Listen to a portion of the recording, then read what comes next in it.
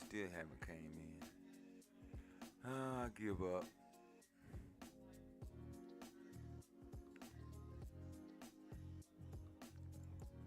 What's up, folks? It is your man Jack Gill Podcast Show. Hey, man, is Dak Prescott still QB1? Is Dak Prescott still what we need at quarterback? I have written with Dak, I have been with Dak, and I thought Dak was pretty much what we need, but I'm not sure.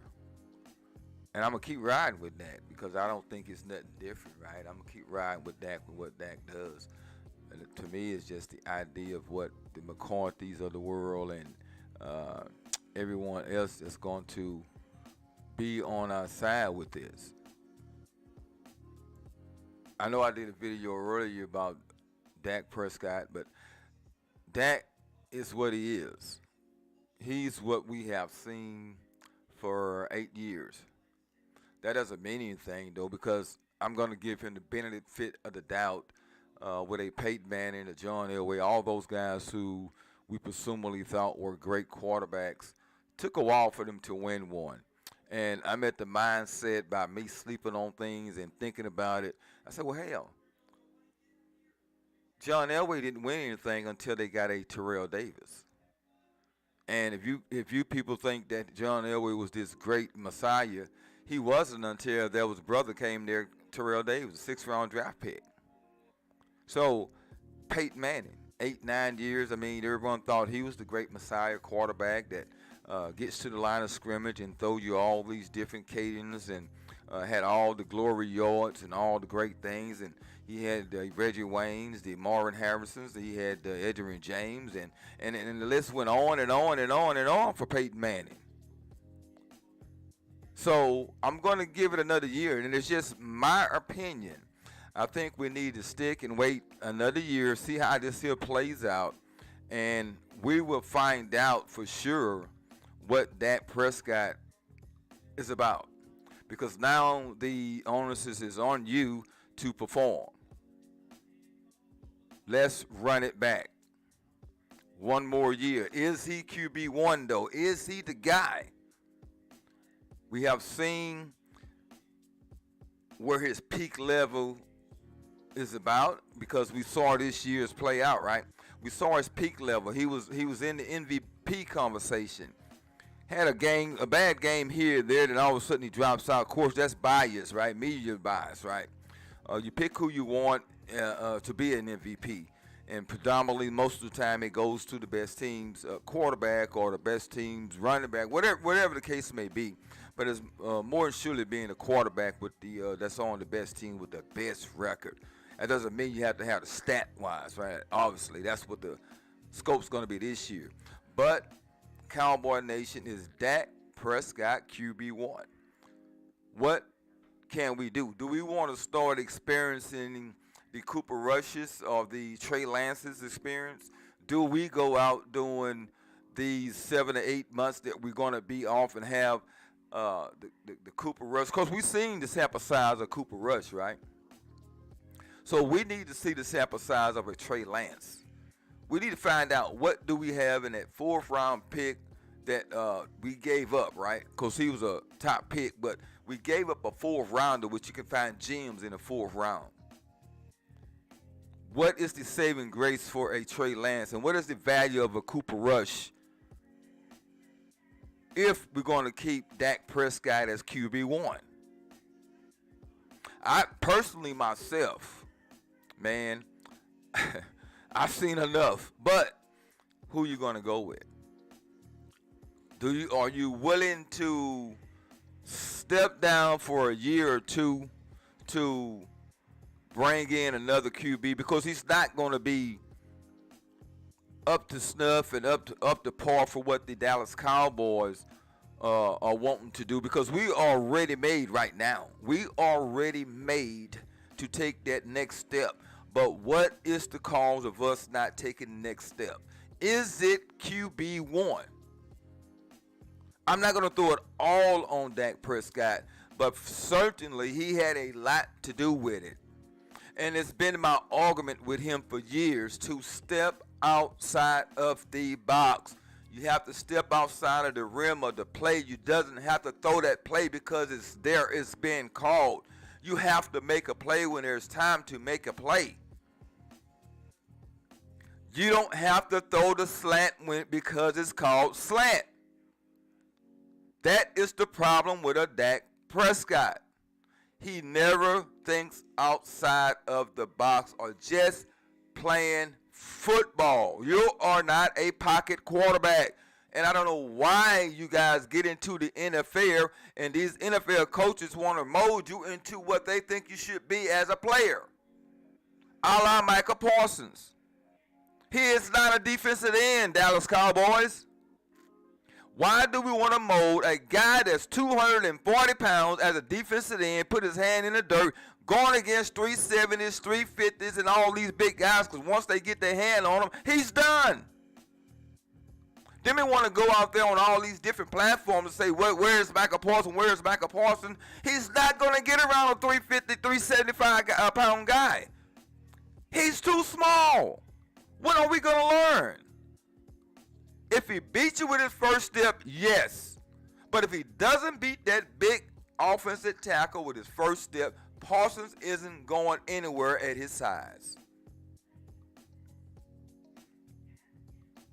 If I can see it as a football fan, as a low-level coach, I definitely know these guys that's making millions and millions of dollars to coach understand that. The same with a Dak Prescott. You making too much money not to understand because there is a triple slant call. That doesn't mean you got to throw it there. Pull it. Throw it over his head. If it's not there, take off with your legs. Make a play, man. Is Dak Prescott QB1? That's my question. Is this guy QB1? It's just so heartbreaking and it man, and it takes you a while to get over this if you're a fanatic like most of America is for the Dallas Cowboys. Not only America, globally. There are fans all over the place. Of course, everybody has vented. Probably vented to your circle like I did also, and venting again because every time I sleep on it, I come with another suggestion. And it's hard to fathom that that's the route and that's the way we went down. You can't make that stuff up. Is Dak Prescott a QB1? And that's my only question. But if you want to take the $59 million cap hit, let's do it. I think we can ride back with him for another year. And we could keep going. I think we can ride back with him for another year, and we could keep going. But Dak Prescott, you have to do better, man. You have to play better. Dak Prescott, Mike McCarthy, and if Dan Quinn, if we're going to run it back with you, you have to play better, man. You have to coach better. You have to be better than what you are. We totally got out-coached. They changed up the scheme on us that Sunday evening game, and we were deer in the headlight from the head coach to the defensive head coach to the quarterback to the defense at period as a whole. We were deer in headlight because of the change-up, great coaching job by the Green Bay Packers. They changed up their norm the whole game. Okay? You want to play big nickel? We just going to shove it down your throat. Oh, okay, you want to run blitzes? We going to throw it in the open space. If anybody shouldn't have not been touched as a quarterback position, should have been Dak Prescott. Not Jordan Love, who's throwing off his back feet and hoping that the damn play is there with no name wide receivers. Of course, we all know about that stud in the backfield, Aaron Jones. He's a cowboy killer. Every time we play this team called the Green Bay Packers, if there is a Aaron Rodgers in the past and a present Aaron Jones, the running back, 33, he kills us. He destroys us. And I don't understand as a coaching staff how we didn't understand that this guy here is a Cowboy killer. If we don't do anything, we're just going to stop this guy for sure. Jordan Love, you can beat us all day. But we're going to stop Aaron Jones because we think we match up better than you on the backside of the defensively wise. But we're not going to let Aaron Jones beat us running the football. Control the clock. Can't get off the field. Yeah, they punted. They punted in garbage time. Yeah, I'll punt it back to you. Waste the rest of the clock. But I've been moaning and groaning and pause about this damn defense for 2 years. For 2 years. This has been our defense for 2 years. We have been letting teams go up and down the field owners for 2 years. That hasn't changed, folks. I don't know why people thought it was going to change. That didn't change at all. 2 years we have been letting teams go up and down the field owners. And we, as Cowboy fans, we have to understand how the flow of the game is going and what direction the game is going. Then you wondering why the team go down and score. You figure, okay, we good, we still good, we're going to score. No. This team has been doing this for 2 years. Yes, he came in 2021 and kind of changed the narrative because teams didn't know how to play us with the defense that we were running those schemes in. But then, copycat league, folks. Copycat league. Started last year. Started the year before. Same defense. There's nothing changed with it. Then you go out and you get rid of all your linebacker play. Yes, of course, LVE went down, and in just my opinion, I don't think it would have made a difference.